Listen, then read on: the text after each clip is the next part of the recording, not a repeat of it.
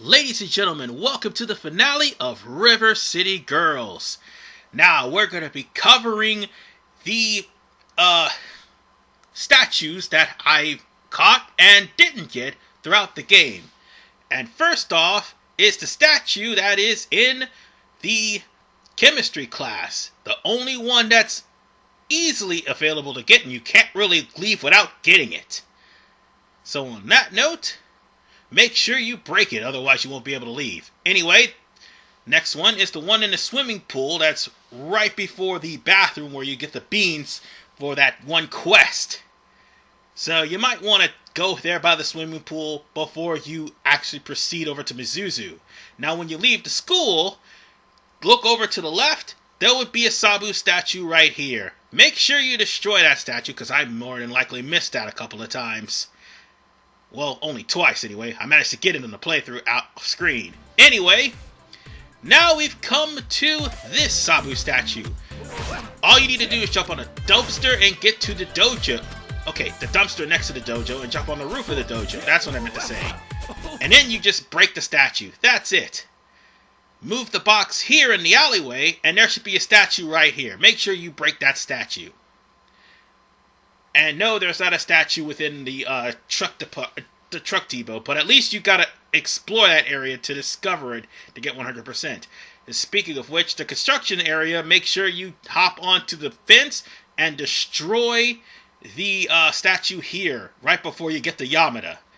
Yeah, don't forget that one, because it's not easy to miss this one. Now, for the next Sabu statue. This one is easy to miss.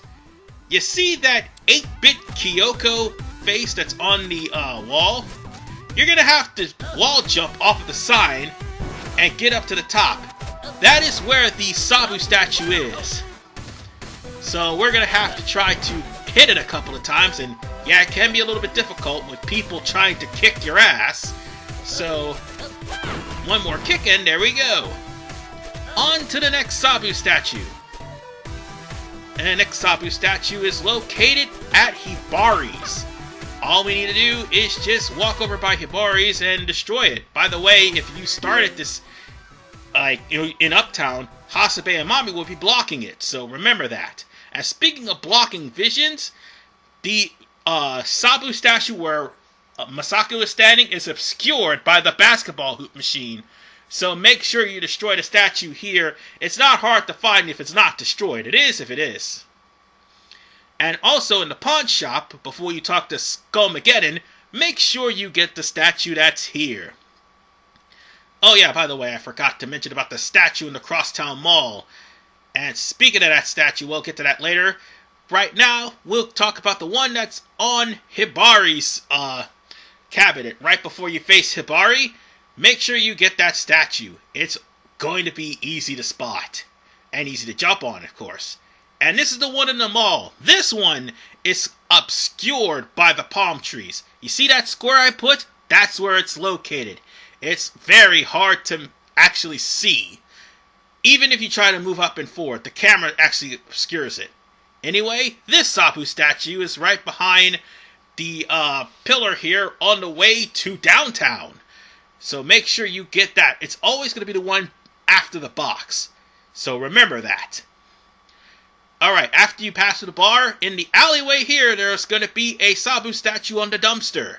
Make sure you break that Sabu statue, because that one's sometimes obscured by the top view of the camera due to the fact that it's all squeezed in and panned in.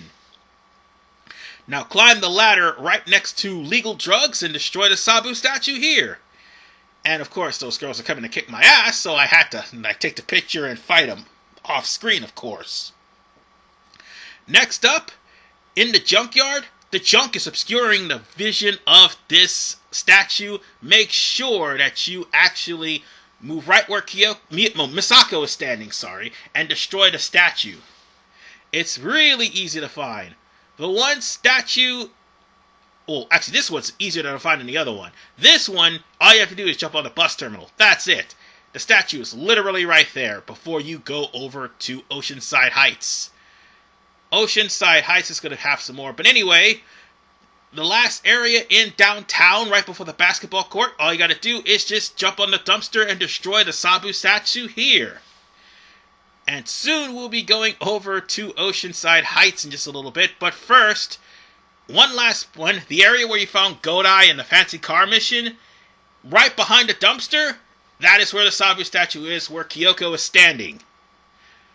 And lastly, Misako, sorry, I keep getting them mixed up. Now we go to Oceanside Heights, right next to a dojo, how ironic. You have to use the dumpster to go across the mini-mart to destroy the statue that happens to be on top of the archway. Now we're going to have to go into the beach area, and where Kyoko is standing, move up a little bit further. There should be a Sabu statue right there that you could destroy. It's obscured by the fence. A lot of these statues are obscured, by the way.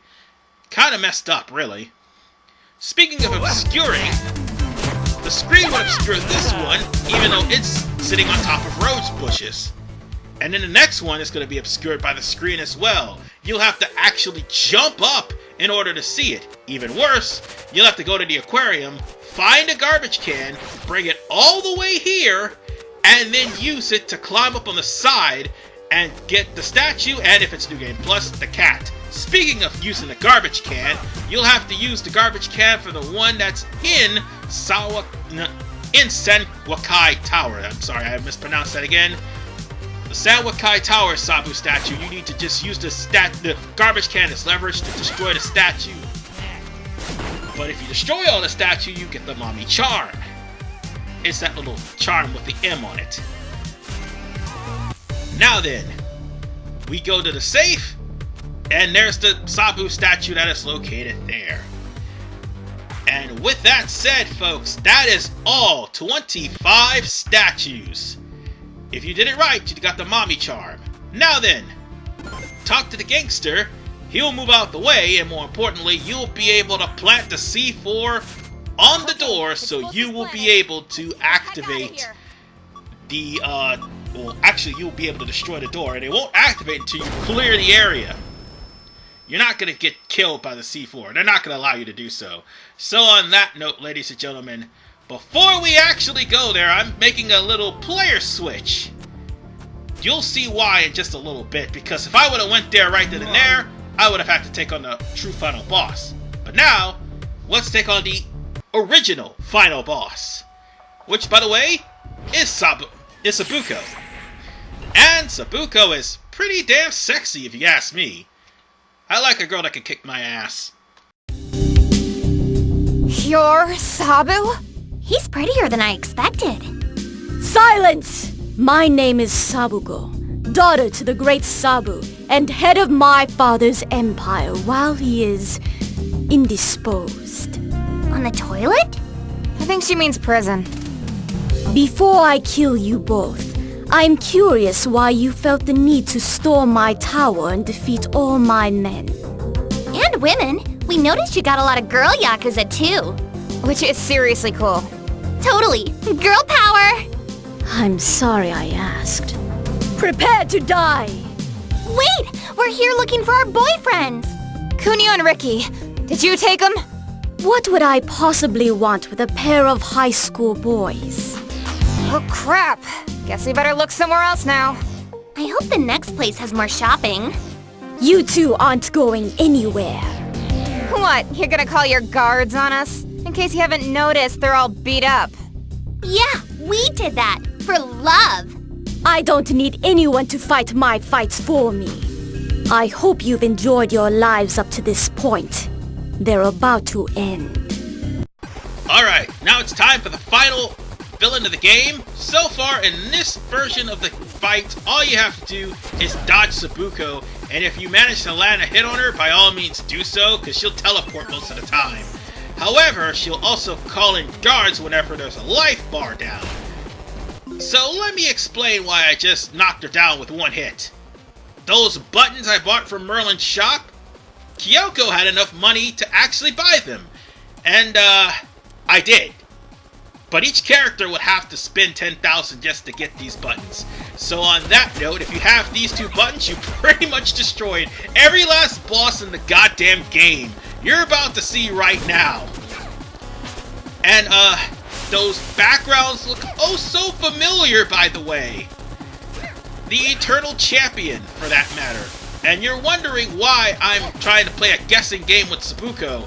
Because whenever she transforms in her clothes with the rabbit form, you can tell which one she's in, because the only person that isn't jiggling, the only person that is jiggling is her clones. Her clones are just there standing statically. And now she's gone to the dolphin form, which she will summon water, and she will summon water strikes. And on top of that, she'll block more. You'll have to counter her whenever you get the chance, or you'll have to run into her. But be careful, she will, and I repeat, she will hit you with a lot of water, and also a tsunami. But here's the next phase. Yes, there's a fourth phase. The fourth phase, you get to fight against tougher Yakuza guys, and they sometimes give you health, but this is actually a tough fight. And the only reason it's not, because of the tank button and the rabbit button. Oh yeah, the fireball is unblockable, and so are the fire geysers too. Yeah, I pretty much made short work of Sabuko, but yes, she is powerful. Even at a lower level. Impossible! Defeated by a pair of schoolgirl deviants. How? Just 'cause we're young. And cute. Don't mean we can't tear down this whole town to get our boyfriends back. Wretched little girls! You should respect power when you see it! You may have mystical tattoo creatures, And a really sharp sword. but that's nothing compared to the power we have. And that is... You wanna tell her? Let's do it together. The power of...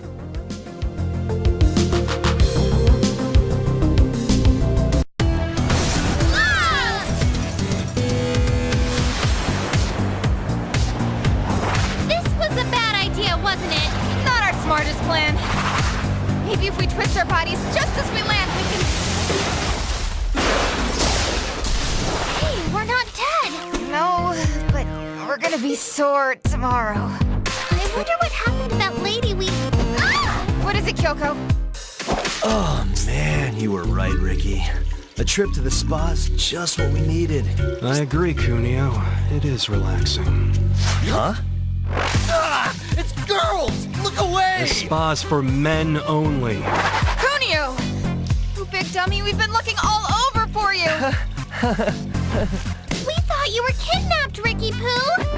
Ah, jeez. It's those crazy girls again. What were their names? No idea. Come on, let's get out of here. Yeah. Maybe Hasebe and Mommy are still up.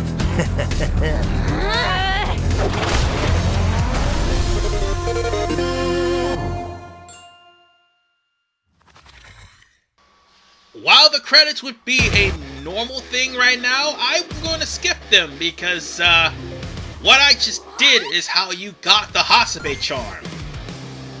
So yeah, you're always going to get $1,000 for that. That is a given, and the only reason why I went there and cut off the gameplay when I was about to go in as Misako was because of the fact that I was going to show off how to activate the fight with Hasebe and Mami. You have to go in with both the Hasebe and Mami charm put in on your inventory. And I have enough food for me to actually survive this fight, because unlike Sabuko, which the only reason why I completely curve stomped her was because of the tank and the rabbit button, Hasebe and Mami are complete jokes. I wish I was kidding. And they are the actual secret final boss in this game. We can finally beat those smug bastards who've been mocking us throughout the entirety of the game. It's nice to put a fist to the face of a couple of mean girls. Just saying. Well, well, look who it is, Mommy. I thought this place emptied the trash on Mondays. Guess not. What are you two doing here? We could ask you the same question. Yeah, don't tell us where we can and can't go. But it doesn't make any sense. Sabuko's supposed to be the final boss, right? We kick her through the window. I'm very confused right now. What are they talking about? I don't speak nerd. That's it. I don't care if this makes no sense. We can still beat you two through the floor! Bring it on, Misako. Finally! Alright, this is it. The true final boss of this game. And like I said, they are a complete joke. Even though this is New Game Plus and they can actually hurt with their teamwork, they're in actuality the easiest version of a final boss. You want to know why? They share a health bar. So if you happen to get both of them in a combo, you'll already be in the first phase, no problem. They basically do the exact same moves as Hasabe and... No, not Hasabe. Why did I just say that? Hold on, let me calm down for a second. What I meant to say is they do the exact same moves as Misako and Kyoko. I can't believe I just ate two things of lasagna. What the hell was I thinking? But anyway, they do the exact same moves as Misako and Kyoko. So, basically speaking, it's a mirror match. And yes, Misako and Kyoko also has double team moves as well. Only in 2-player, that is. Meanwhile, speaking of double team moves, this one is very easy to avoid. And they tend to dizzy themselves. Oh god damn it. Let me hit Mahasabe, god damn it. Ouch. Never mind. They're not that hard, really. The only thing you have to worry about is the fact that Hasabe and Mami will double team you if you're a 1-player. 2-player, this will be done really quick. Well, provided that you don't have friendly fire on.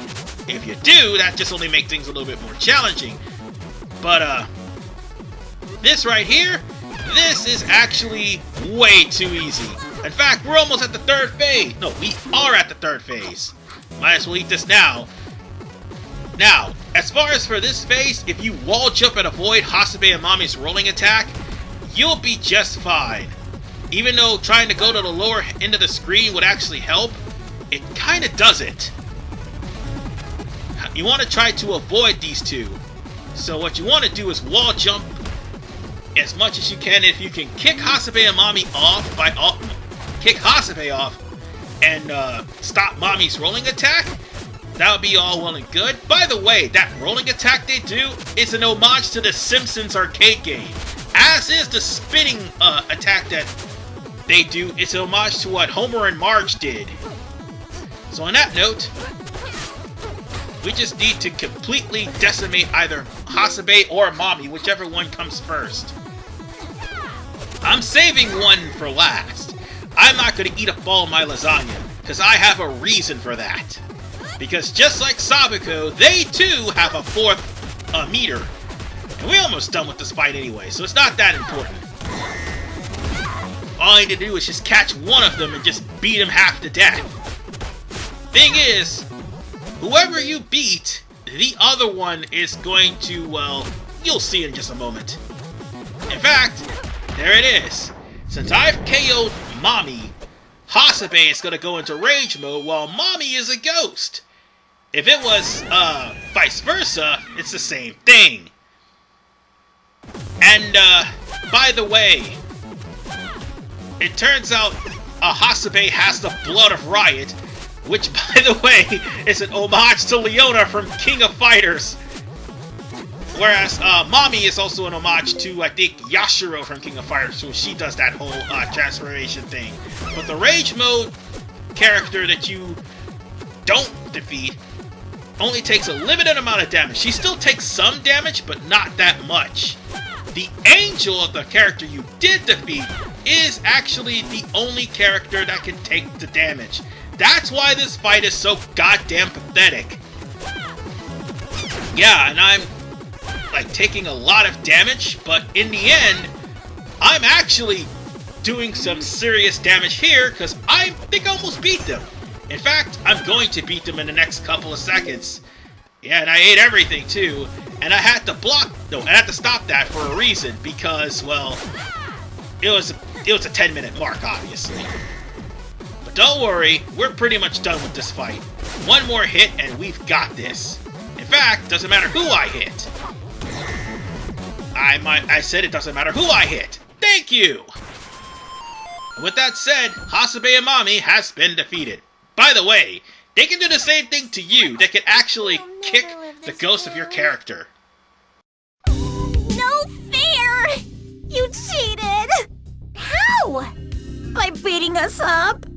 Face it, rejects. We're the ones Kunio and Riki love. Yeah, admit it! Are you crazy? They barely remember you. Yeah, you guys dated them for like one 16-bit game. It wasn't even released in the USA. Talk about obscure. You wanna fight again? Fine, you're their girlfriends. Whatever. Can we leave now? We did it! Should we still kick them out the window? Why not?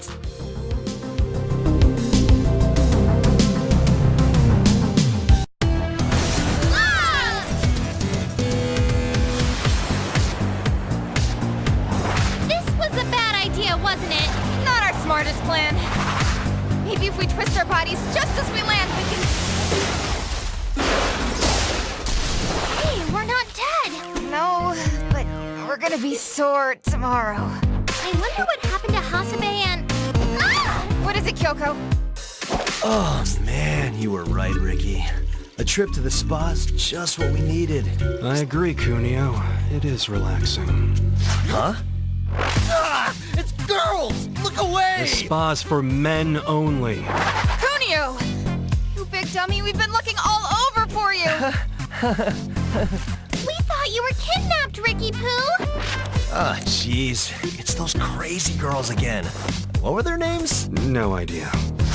Come on, let's get out of here. Yeah. Maybe Hasabe and Mommy are still up.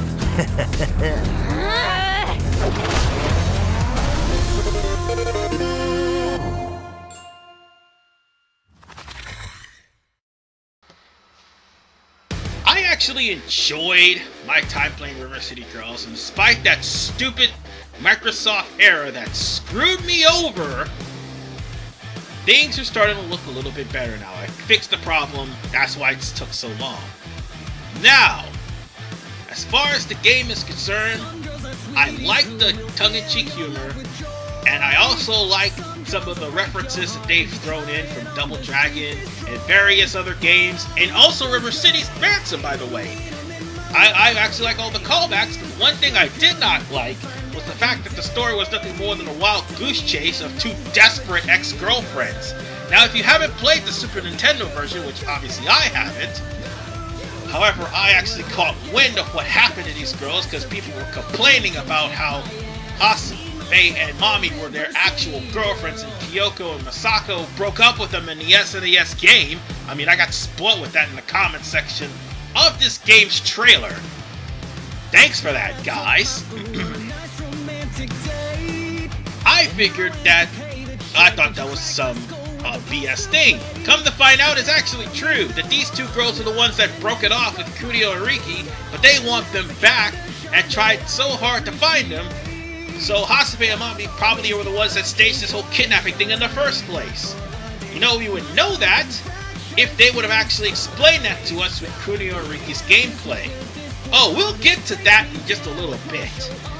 But I'm gonna give you a little spoiler warning. Kunio and Riki, they do not have their own separate storylines.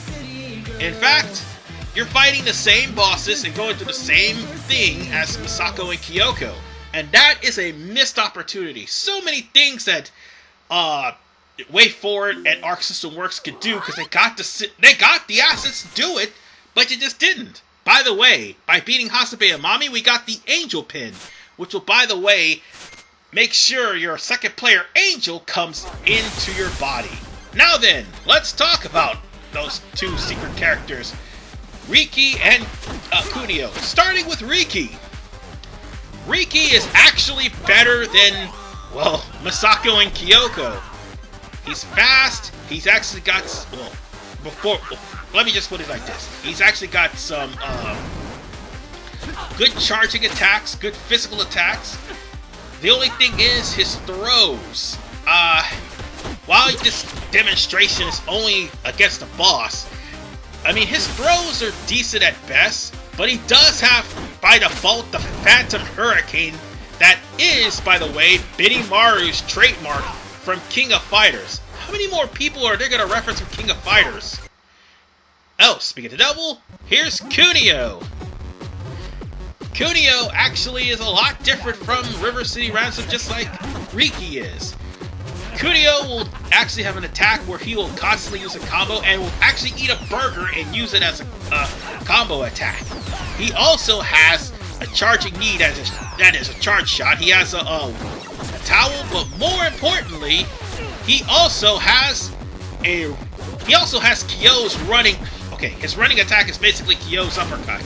That's what that is. And he also has Kyo's Burning Tower 108. I can't remember the damn move's name for the life of me, and I usually play Kyo a lot, but that's what he has.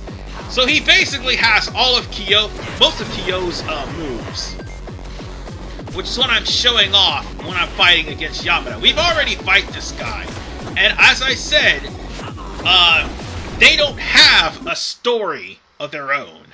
So on that note, ladies and gentlemen, I think we're done here with River City Girls. So for the rest of the week, enjoy Phoenix Wright, because that's going to be coming Thursday and Friday. Thankfully, I got things fixed so that there will be no more problems for now. Actually, my biggest problem is going to be the next game on the bracket, which is going to be Mega Man Zero. I unfortunately will have to play the Game Boy Advance version. You know what that means, folks. I hope that emulator does not screw up with me, because I haven't actually did any emulations with Game Boy Advance games before, so I'm going to actually try this out. I mean, the emulator is fine. It's recording the emulator that's going to be the problem off of Camtasia. So on that note, it's going to have to do, because we're not at the 25th yet. This is RVman985. See you guys with Mega Man Zero next week.